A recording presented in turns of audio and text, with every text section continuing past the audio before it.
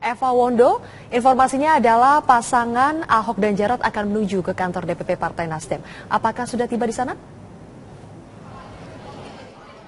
Ya Zilvia, betul informasi yang kami dapatkan dari Ketua DPP Partai Nasdem Martin Manurung menyatakan bahwa rencananya calon Gubernur DKI Jakarta Basuki Cahayapurnama atau Ahok bersama dengan calon Wakil Gubernur DKI Jakarta Jarot Saiful Hidayat akan menuju ke kantor DPP Partai Nasdem di kawasan Gondangdia, Jakarta Pusat. Namun hingga saat ini keduanya belum tiba di kantor DPP Partai Nasdem. Hingga saat ini kami masih menunggu kehadiran dari Ahok dan juga Jarot yang rencananya nanti akan didampingi oleh Ketua DPP Partai Nasdem Victor Laiskodat dan jajaran tokoh dari Partai Nasdem serta beberapa partai pendukung Basuki Cahayapurnama yaitu Partai PDIP atau Partai Demokrasi Indonesia Perjuangan, kemudian Hanura dan juga Golkar.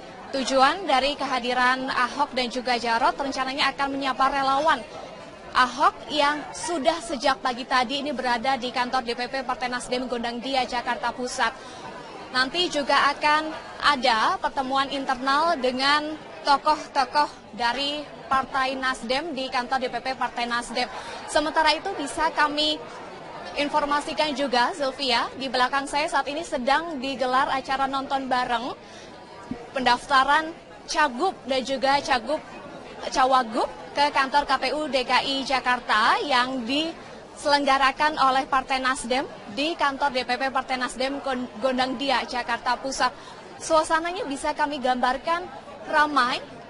Ini dihadiri oleh para kader dari Partai Nasdem sebagai salah satu partai pendukung Basuki Cahayapurnama dan juga merupakan partai pertama yang menyatakan dukungannya kepada Ahok untuk maju dalam Pilkada DKI Jakarta 2017 mendatang. Mereka sangat antusias menyaksikan detik demi detik tadi prosesi pendaftaran Ahok dan juga Jarot ke kantor KPU DKI Jakarta. Artinya saat ini Ahok dan juga Jarot resmi sebagai calon gubernur dan wakil gubernur DKI Jakarta yang nanti akan maju dalam kontestasi Pilkada 2017 mendatang. Zilvia.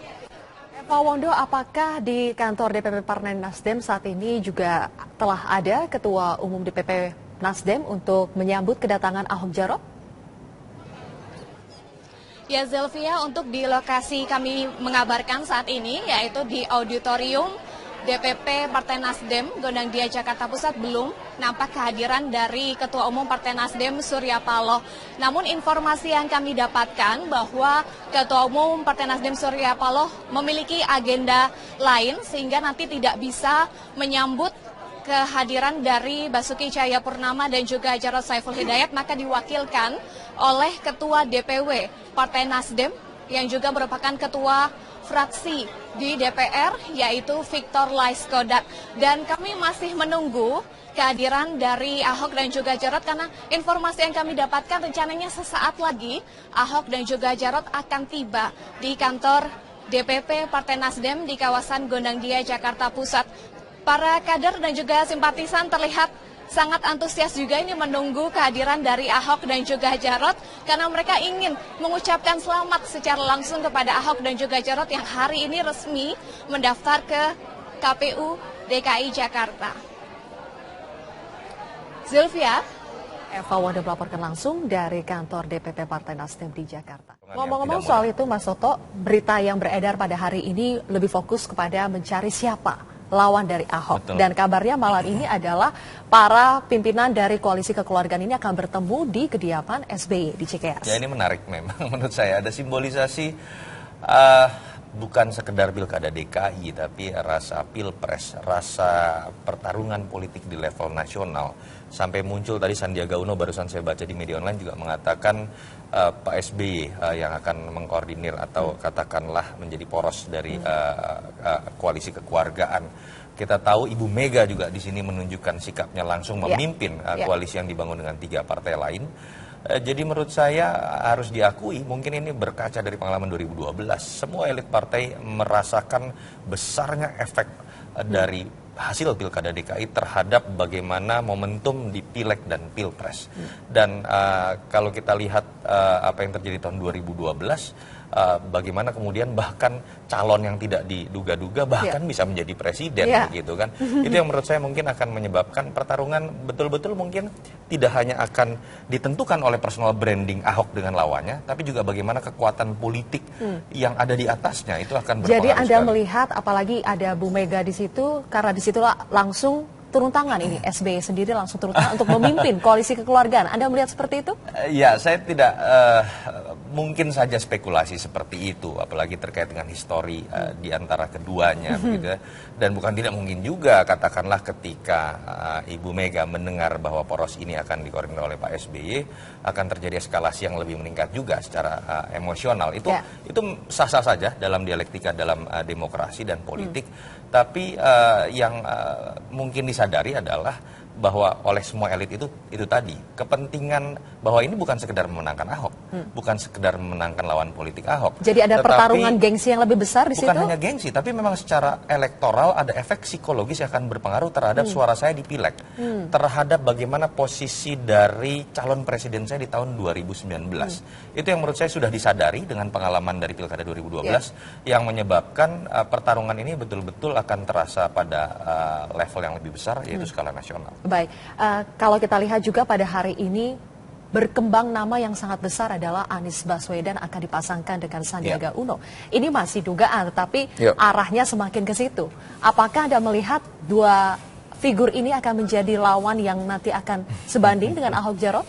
Kita belum tahu ya apakah Sandiaga akan mempertahankan posisinya menjadi nomor 1 dan kemudian betul-betul bersanding dengan deklarasi PKS. Tapi sudah menyatakan rela untuk menjadi yang nomor 2. Nah, itu yang menurut saya menjadi faktor yang menarik, membuat dinamisasi dari poros yang akan melawan Ahok ini menjadi lebih dinamis, karena Sandi dari awal memang menunjukkan dia sangat fleksibel untuk jadi nomor 2. Dulu menyatakan bisa menjadi nomor 2 dari Risma. Belakangan menyatakan bisa saja menjadi nomor 2 dari Anies. Saya tidak tahu apa ini ketidakpedean politik Sandi, tapi juga bisa dilihat sebagai bentuk sikap realistis dalam konteks mencapai tujuan akhir bisa mengalahkan Ahok. Karena harus kita akui ketika disandingkan dengan nama Anies, dari sisi pengenalan di level politik nasional, Anies sudah memiliki posisi yang lebih baik karena pernah menjadi menteri, pernah maju menjadi capres juga. Tinggal pilihannya sekarang adalah kalau PKS dengan Gerindra bersikukuh ingin membentuk poros sendiri, saya meyakini akan ada 3 pasang. Tetapi kalau kemudian Sandiaga dan Gerindra dan PKS bisa kemudian melihat peluang yang lebih realistis dan kemudian memposisikan diri menjadi nomor 2, ya berarti kita akan melihat poros besar di atas 50% yang akan bertanding dengan kekuatan 49% dari koalisi Ahok Jarot. Peluang mana yang Anda lihat lebih besar? Tentu saja incumbent masih di atas angin kalau kita baca di survei ya.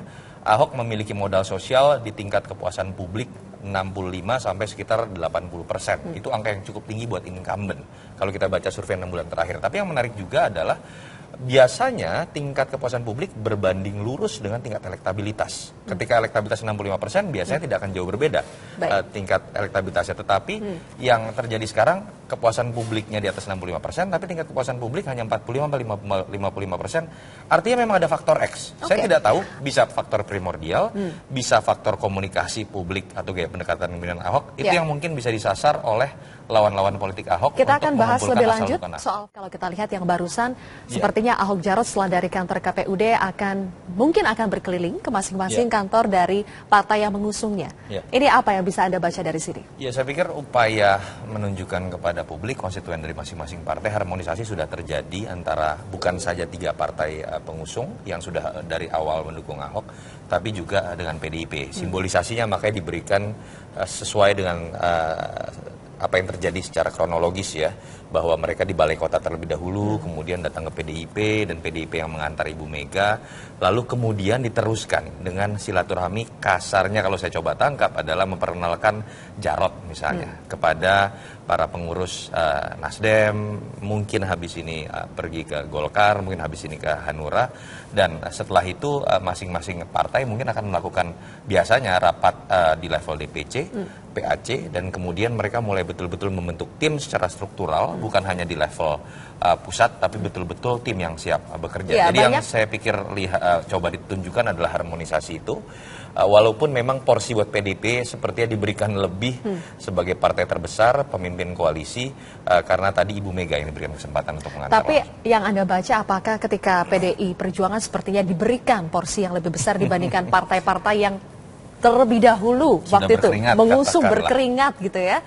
Iya, saya pikir ini konsekuensi dari tradisi politik yang memang memberikan posisi lebih buat partai yang memiliki kursi sangat besar. Itu poin pertama buat PDIP. Yang kedua, saya pikir juga ini mungkin penghargaan diberikan dalam konteks karena memang PDIP adalah satu-satunya partai yang sudah mengusung Ahok terlebih dahulu dari tahun 2012 dan sekarang kemudian melanjutkan. Artinya memang dia ada posisi tersendiri dalam sejarah Ahok ada di Jakarta, tetapi apakah kemudian ini bisa dianggap tidak adil buat partai lain? Saya pikir kan akan ada kompromi di situ terkait dengan pembentukan tim ses, terkait dengan porsi yang bisa diberikan masing-masing dalam kampanye, dan paling penting ruang terbuka buat keempat partai ini untuk menunjukkan bahwa mereka betul-betul bisa memanfaatkan secara elektoral momentum pilkada ini. Setelah proses pendaftaran ini selesai dilakukan, apa yang harus dilakukan keempat partai ini dalam nantinya menyusun struktur untuk misalnya tim pemenangan dari Ahok Jarot agar semuanya bisa dilibatkan dan semakin solid dukungan ini? Ya, yang sering terjadi kan adalah jatah secara kuantitatif karena partai saya jauh lebih banyak, kemudian jatah jumlah yang masuk dalam tim ses sebesar proporsi yang saya miliki misalnya. Saya pikir jangan berhenti sampai di situ. Bagaimana secara kualitatif orang yang tepat dalam tempat yang tepat itu harus betul-betul diposisikan sehingga kemudian kampanye ini bukan hanya bagi-bagi jatah buat masing-masing partai untuk melakukan kampanye, tapi memang betul-betul bisa bekerja secara profesional. Tampung juga pihak-pihak luar yang mungkin sudah terlibat selama ini, seperti teman Ahok, seperti kita ketahui berbagai banyak relawan, karena terbukti dalam Pilpres atau Pilgub DKI 2012, terbukti dikotomi antara relawan dengan partai ternyata bisa bersinergi dengan baik dan memenangkan dua pertarungan besar itu.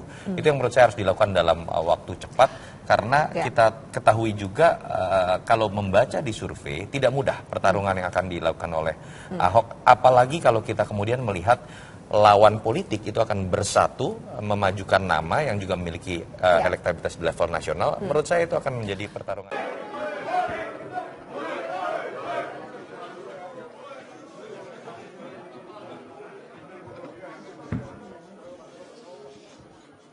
Assalamualaikum warahmatullahi wabarakatuh. Salam sejahtera untuk kita semua. Om Swastiastu, Namo Buddhaya.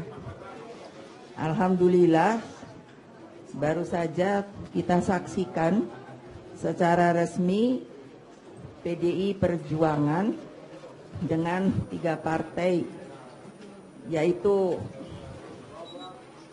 Golkar, Hanura, dan Nasdem,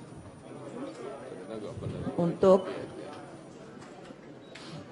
menyerahkan formulir-formulir yang tadi telah dinyatakan oleh KPU dari DKI bahwa sementara seluruhnya sudah lengkap kecuali tadi adalah B4 yang harus merupakan suatu lampiran dari visi misi kedua calon yang telah didaftarkan namanya, yaitu Basuki Cahayapurnama atau yang kita kenal dengan akrab adalah Pak Ahok dengan Bapak Jarot.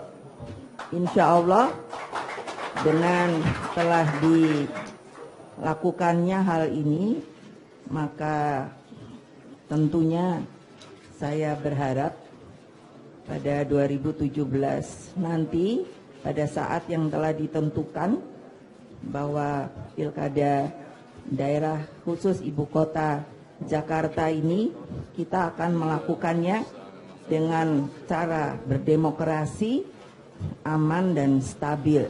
Demikianlah sekiranya ada hal yang ingin disampaikan oleh kedua calon, maka saya sampaikan kepada mereka.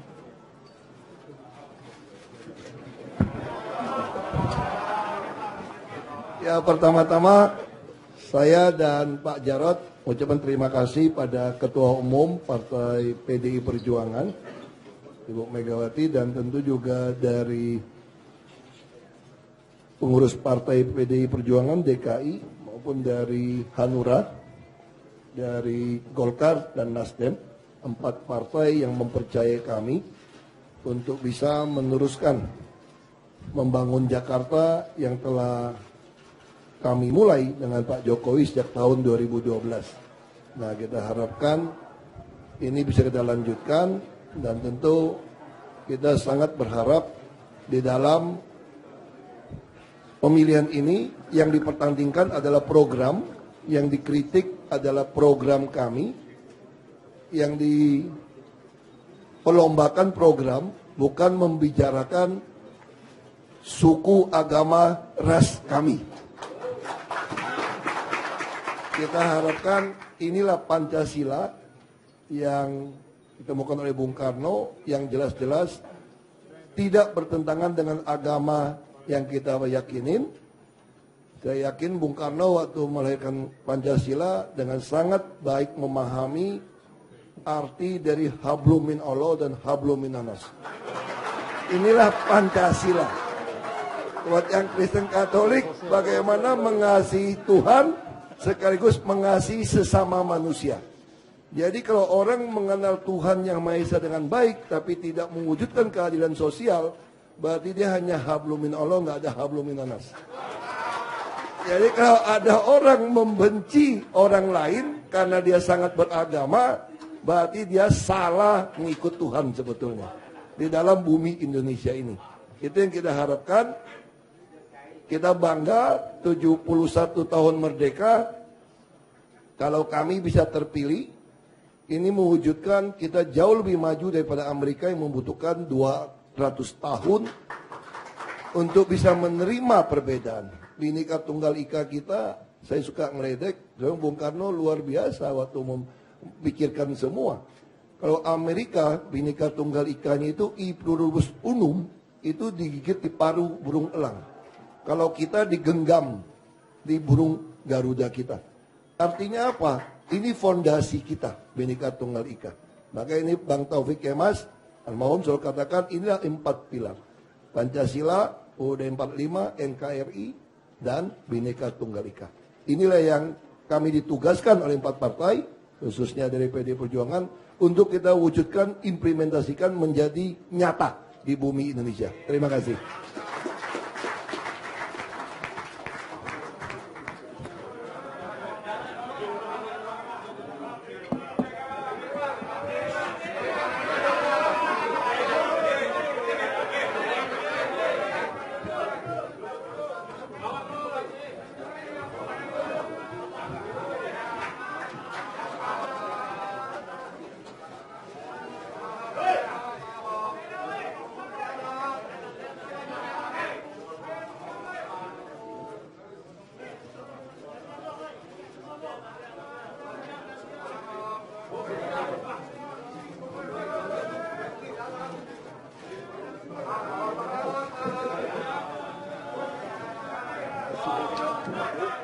Eva Wondo, informasinya adalah pasangan Ahok dan Jarot akan menuju ke kantor DPP Partai Nasdem. Apakah sudah tiba di sana?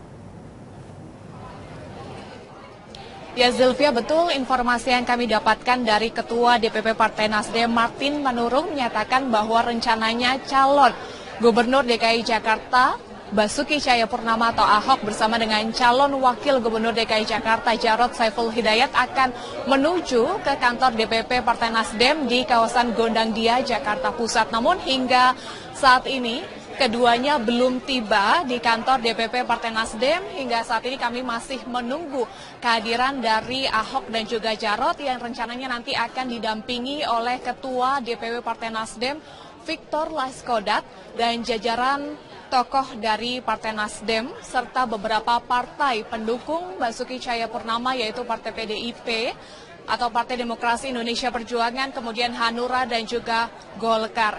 Tujuan dari kehadiran Ahok dan juga Jarod rencananya akan menyapa relawan Ahok yang sudah sejak pagi tadi ini berada di kantor DPP Partai Nasdem Gondangdia, Jakarta Pusat.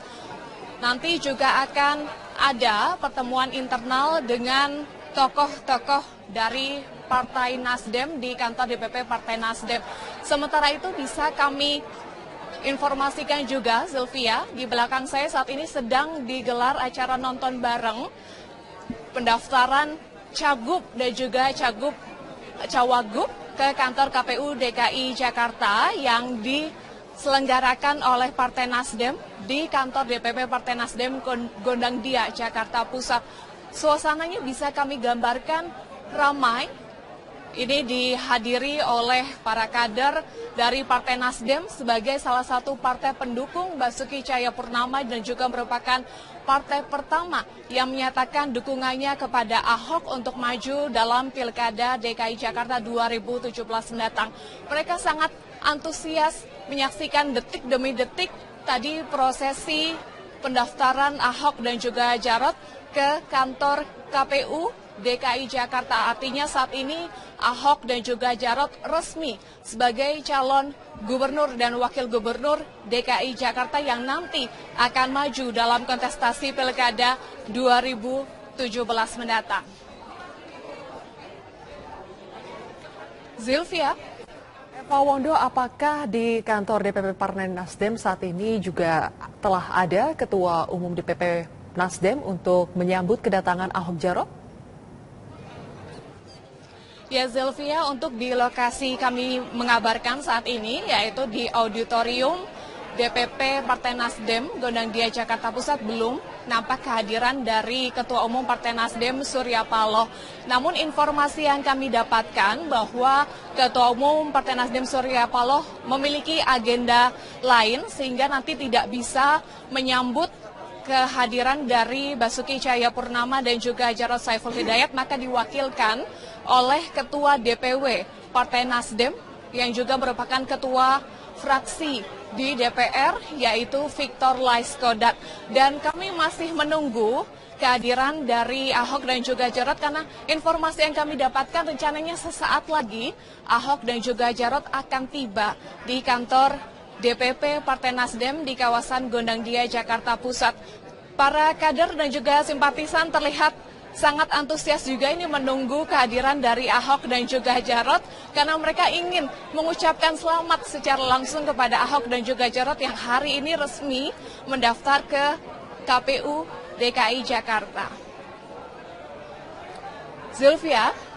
Eva Wondo melaporkan langsung dari kantor DPP Partai Nasdem di Jakarta. Mas Toto, apakah Anda juga setuju dengan pernyataan yang disampaikan oleh Sekjen PDIP bahwa tidak ada lagi konflik internal dalam diri PDI Perjuangan DKI Jakarta? Iya, harus diuji ketika prosesnya sudah berjalan ya. Artinya sudah terbuka di hadapan publik bagaimana sempat ada drama ketika kita melihat perbedaan dalam independen dengan parpol dan di jeda di antara itu sempat ada konflik statement, perang statement antara Ahok dengan beberapa petinggi PDIP misalnya. Tetapi memang pengalaman kalau kita lihat keunikan dari partai ini, komandonya sangat jelas. Ketika keputusan dari Megawati sudah keluar, biasanya saya lihat minimal di panggung depan tidak akan ada yang berani membantah, apalagi kemudian bersikap berbeda. Saya tidak tahu apakah itu juga masih bisa dibuktikan kembali di Pilkada DKI, tapi saya pikir kalau kita lihat momentum kemarin jelas lah ya, bagaimana mereka sudah bersatu, ada simbolisasi, saya pikir cukup lucu juga dari lagu Ahok Pasti Tumbang, langsung tiba-tiba setelah penetapan Ahok Jarot menang begitu dengan nada yang sama. Dan orang yang menyanyikan juga sama, Prasetyo Edi Marsudi juga ada di sana juga. Dan Mas Pras ada di situ misalnya, dan kita lihat juga orang-orang yang cukup keras seperti Mas Intan Pasaribu juga hadir, yang kritis seperti Ahmad Basarah juga hadir. Jadi saya pikir kemarin simbolisasi bahwa partai ini memang menunjukkan demokratisasi itu selesai ketika sikap sudah diambil oleh Megawati. Yang sekarang jadi tantangan kan adalah apakah kemudian di antara elemen-elemen yang bergabung ada Nasdem, ada Hanura, ada Golkar dan PDIP kemudian bisa betul-betul bersatu menjadi satu tim ses, dan mungkin di situ ada teman Ahok yang membantu juga, bisa bersatu menjadi sebuah tim ses yang bukan lagi berbicara mengenai ego partainya tapi betul-betul berbicara mengenai pemenangan, karena saya pikir mereka cukup menyadari hasil dari Pilkada DKI berkaca dari tahun 2012 akan sangat berpengaruh bagi positioning mereka untuk kepentingan pileg di tahun 2014 termasuk Pilpres. Oke, kalau Anda lihat apakah potensi konflik dari perpecahan ini besar melihat dari Golkar, Hanura dan Nasdem sudah solid dengan tim pemenangan atau tim ses yang dipilih dari Nusron Wahid, anggota Partai Golkar, sekarang masuk PDIP yang notabene sebagai partai terkuat dan mereka bisa mengusung calon sendiri tanpa dukungan ketiga partai ini sebenarnya. Simbolisasinya saya pikir sudah cukup baik ya. Partai-partai pendukung, 3 partai pendukung misalnya langsung ikut mengantar Ahok Jarot, kemudian hadir di DPP PDIP dan mereka tidak masalah ketika kemudian nanti rombongannya akan dipimpin oleh Ibu Megawati misalnya. Jadi menurut saya simbolisasi sudah cukup baik dan ketika kita baca dalam 2 minggu, sebulan terakhir kan teman-teman Golkar, Nasdem dengan Hanura juga sudah menyatakan pilihan wakil gubernur kita serahkan kepada Ahok, termasuk apabila Jarot memang ada jadi pilihan terbaik, mereka tidak masalah. Jadi dalam konteks secara substansial pilihan terhadap cawagup dan mekanisme kemudian pendaftaran, saya pikir simbolisasi sudah cukup baik. Tetapi yang mungkin nanti harus diuji adalah ketika itu tadi pertanyaan mengenai tim ses dibentuk, bagaimana kemudian proporsionalitas di antara parpol ini kemudian betul-betul tidak membuat iri satu sama lain dan biasanya itu yang akan menjadi batu ujian paling penting ya. Oke, kalau menurut Anda bagaimana cara yang paling elegan untuk menyatukan PDIP ke dalam? Saya pikir sudah pasti PDIP harus ditampung. Ketua tim ses saya pikir kan kita bisa berbicara kalau kuantitatif tentu saja ini harus menjadi jatah PDIP, tapi mungkin ada analisis lain juga secara kualitatif. Siapa memang sosok yang dianggap tepat begitu kan, bukan sekedar apakah ini jatah dari partai A dan partai B, tapi sosok yang dianggap tepat untuk posnya masing-masing. Sosok ketuanya, sosok untuk kepala divisi K. Jadi menurut saya dengan gaya Ahok yang profesional, yang sudah terbiasa menghadapi berbagai macam partai, berbagai macam latar belakang juga, saya cukup meyakinilah kalau di bawah komando Ahok langsung mungkin ini bisa lebih ditanggulangi, bukan hanya dalam konteks jatah antar partai, tapi betul-betul orang yang tepat di tempat yang tepat. Oke, saya akan kembali kepada statement Anda tadi bahwa keempat partai politik ini memang meyakini bahwa apapun yang terjadi di DKI Jakarta, jika mereka bisa menguasai DKI Jakarta, berpengaruh besar terhadap Pileg di 2019. Seberapa besar dampak yang akan diberikan kepada Pilpres ataupun juga Pileg 2019 nanti?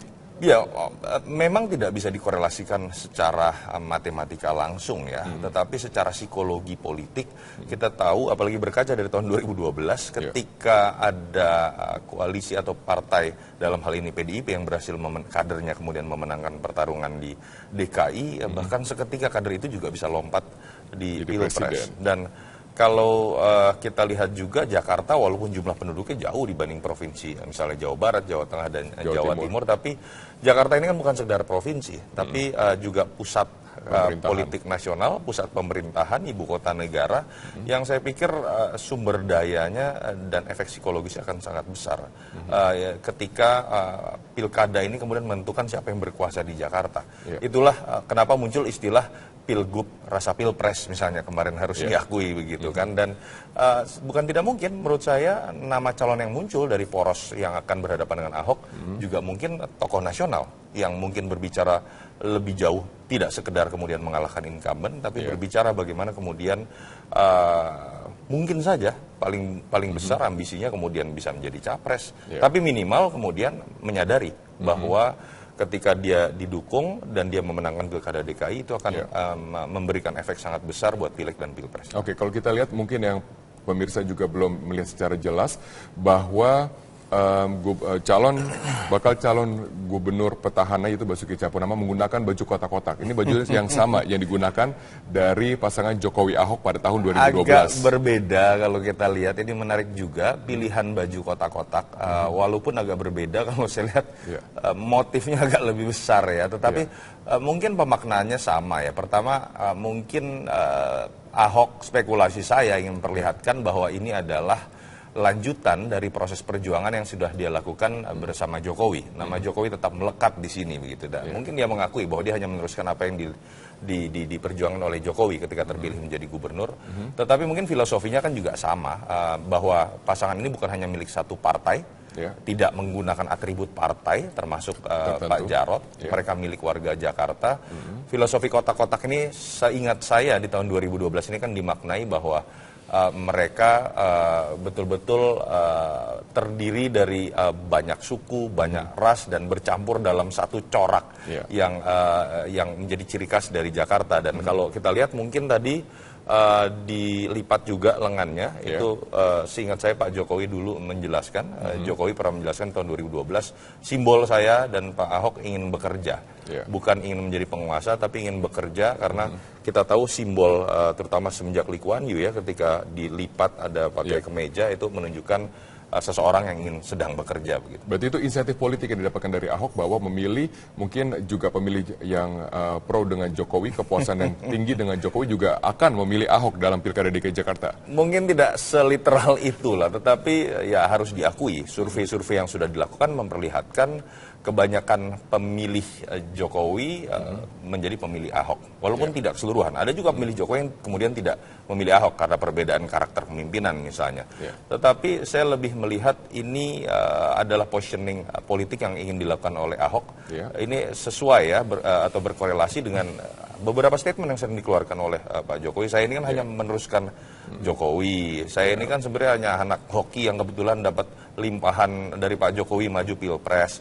Saya akan meneruskan apa yang Jokowi kemudian lakukan. Saya pikir ini positioning politik saja yang ingin ditunjukkan.